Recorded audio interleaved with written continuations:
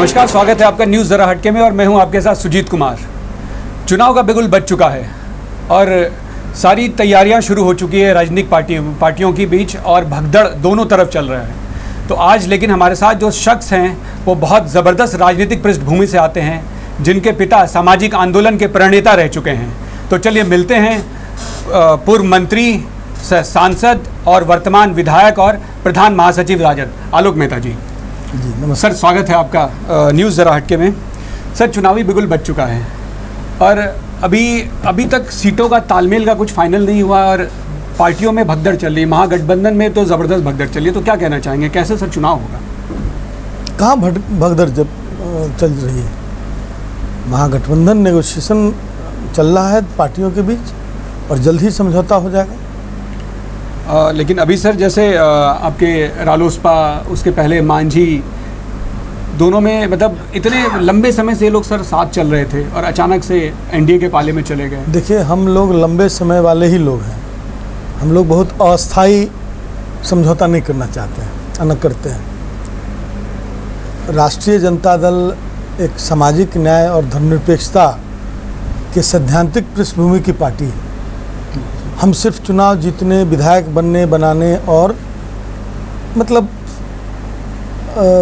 सिर्फ तात्कालिक लाभ के लिए कोई समझौता नहीं करते। राष्ट्रीय जनता दल ने अपने तरफ से सभी महागठबंधन के साथियों को जोड़कर चलने का प्रयास मतलब राष्ट्रीय जनता दल कर रहा है।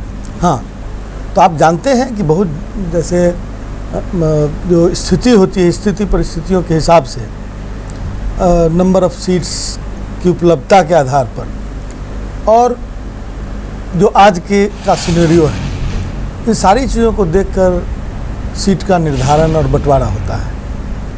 अब मान लें कि कोई पार्टी है, एक दो पार्टी है, अब उनकी अपेक्षा ज़्यादा है तो अपेक्षा एट पार होना चाहिए। अपेक्षा ज़्यादा है, शायद इसीलिए उनकी बात, उनको लग रहा है कि हमारी बात नहीं बनेगी, तो अपेक्षा तो परिस्थिति अनुकूल रखने की ज़रूरत है।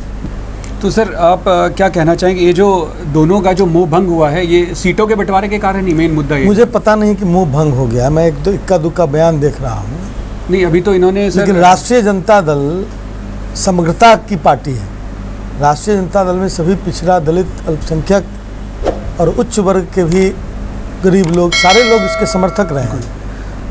आने वाले दिनों में बाकी समाज के लोग भी जागृत हैं, उनको भी सीट चाहिए और राष्ट्रीय जनता दल सबके साथ जस्टिस करना चाहता है। तो किसी एक के साथ हम गठबंधन बनाए रखने के लिए बहुतों के साथ गठबंधन नहीं तोड़ सकते। बिल्कुल बिल्कुल।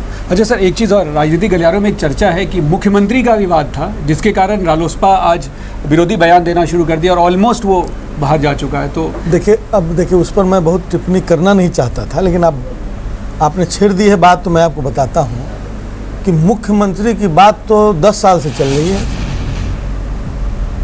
मतलब लोगों को इस तरह के सुपरफिशियल बातों को बोलकर और किसी को आकर्षित करना, ये मैं नहीं समझता कि एक अच्छी राजनीति है। मैं आज कह दूं कि मैं प्रधानमंत्री का उम्मीदवार हूं, खुद माला पहनकर स्वयं घोषित नेता बन जाऊं, इसका क्या मतलब हुआ? समाज उसको बहुत हल्के ढंग से देखता है। आज के समय में मुख्यमंत्री किसी पार्टी आज विकल्प के रूप में पूरी जनता तेजस्वी प्रसाद यादव को सलाखों पर रखकर चल रही है और उस पर कोई समझौता की बात हो ही नहीं सकती, क्योंकि वो जनता के द्वारा पेश किए गए उम्मीदवार हैं और व्यक्ति हैं। लालू प्रसाद जी सामाजिक न्याय विचार की और धर्मनिरपेक्षता की विचारधारा के सबसे बड़े प्रणेता और उन्होंने जननायक कर्पूरी ठाकुर, डॉक्टर राम मनोहर लोहिया की लिगेसी को पॉलिटिकल एंड थॉटफुल लेगेसी को निभाने का काम किया है। विगत दिनों में नेता प्रतिपक्ष के रूप में तेजस्वी प्रसाद यादव की जो भूमिका रही है, उससे आम आवाम ने इस बात को स्वीकारा है कि तेजस्वी प्रसाद यादव ही विकल्प हैं। अच्छा सर, राजद में आप कुशवाहा के नेतृत्वकर्ता के नाम से जाने जाते हैं। कौन बोलता है? कुशवाहा समाज सर आपको घोषित करता है, राजद में कुशवाहा समाज आपकी तरफ देखता है। अब ऑलमोस्ट रालोसपा महागठबंधन का एक पार्ट था, तो आपको लगता है कि आपकी जिम्मेदारी और ज़्यादा बढ़ गई है अब कुशवाहा समाज के प्रति? देखिए, हमारी जिम्मेदारी सभी समाज के प्रति है, कुशवाहा समाज भी उसमें एक महत्वपूर्ण है। फिर आबादी में ऑलमोस्ट सेकंड है, ठीक है, वोट के उससे भी देखा जाए। जैसे मेरी जिम्मेदारी सभी समाज के प्रति है, जिसमें एक कुशवाहा समाज भी है, और मैं समझता हूँ कि सबकी एक राजनीतिक कार्यकलाप में सर्वमान्यता का एक बड़ा महत्व है।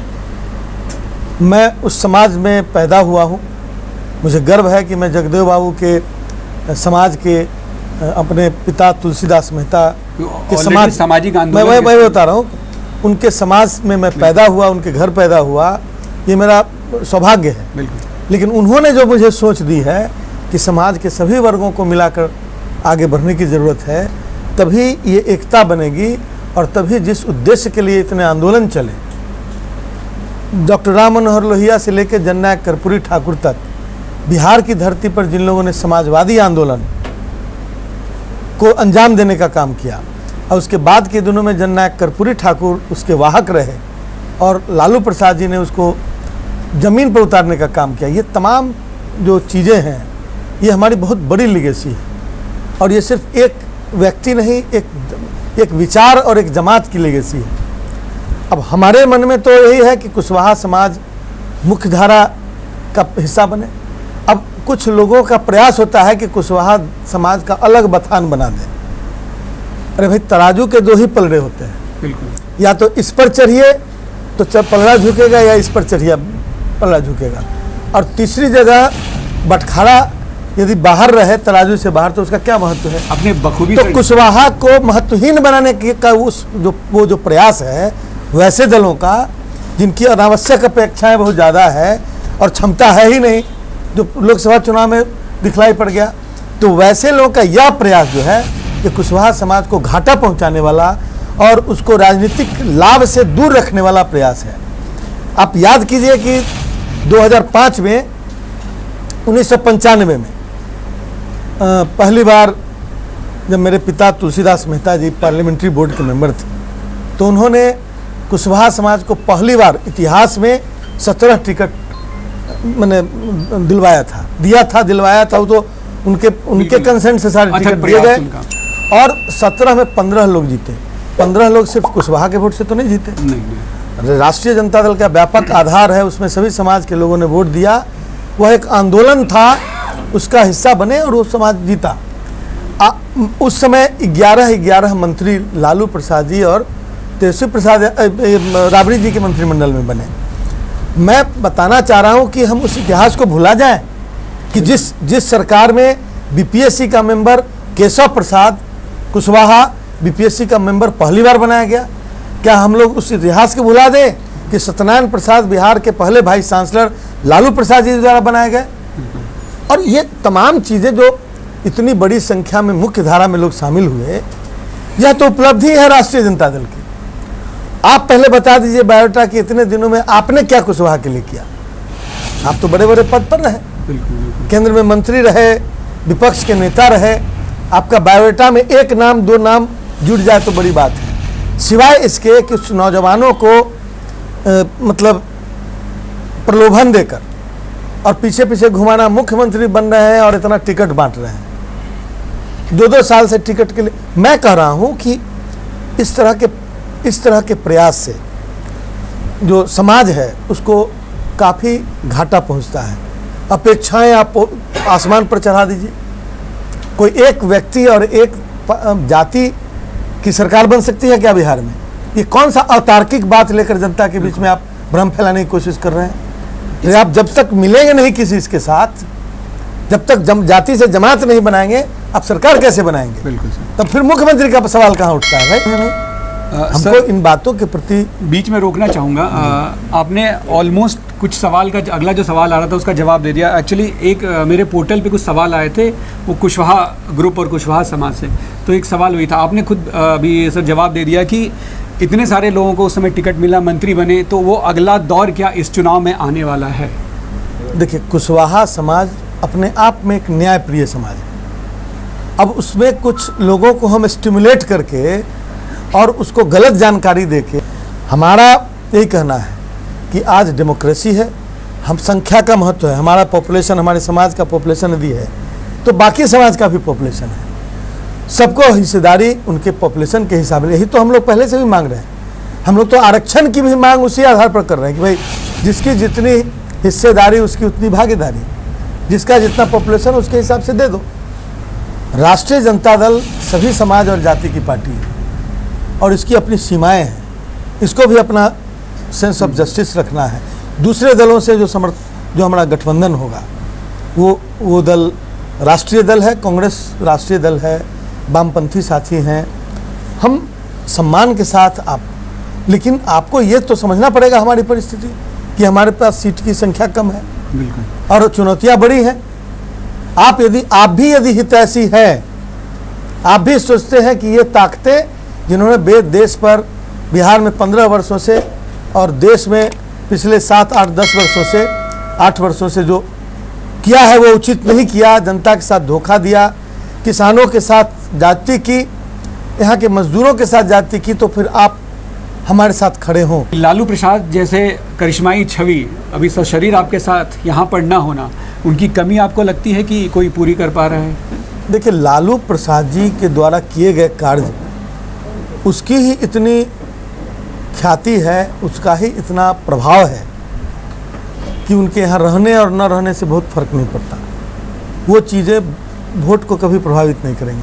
हाँ, उत्साह, दुख और खुशी, ये इसमें फ़र्क जरूर पड़ जाता है। सर, उनके रहने से मनोबल ऊंचा रहता लोगों का और थोड़ा और एग्रेशन बढ़ता, यही होता। लेकिन हम समझते हैं कि उनके नहीं भी रहने से उनके विचार हमारे साथ हैं और उनके जो मैसेज मिलते रहते हैं जनता के बीच, उसका बड़ा प्रभाव है।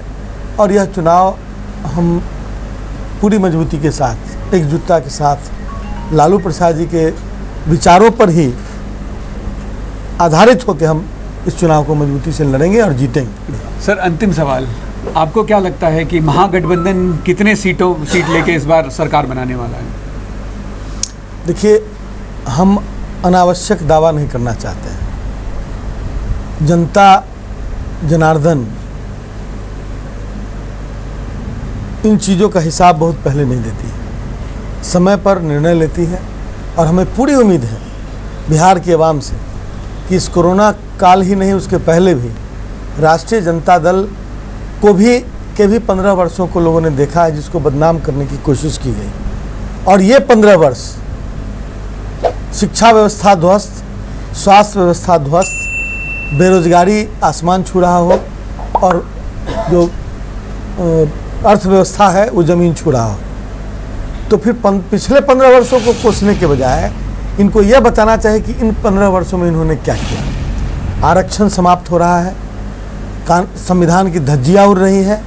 बाबा साहब भीमराव अंबेडकर ने जो समाज के विभिन्न वर्गों को संविधान में प्रावधानित किया था, उनके मतलब वेलफेयर को और उनकी प्रगति, उन्नति और उनकी हिस्सेदारी को, उन सारी चीज़ों को समाप्त करने की पूरी साजिश चल रही है और यह जनता धीरे धीरे समझ रही है।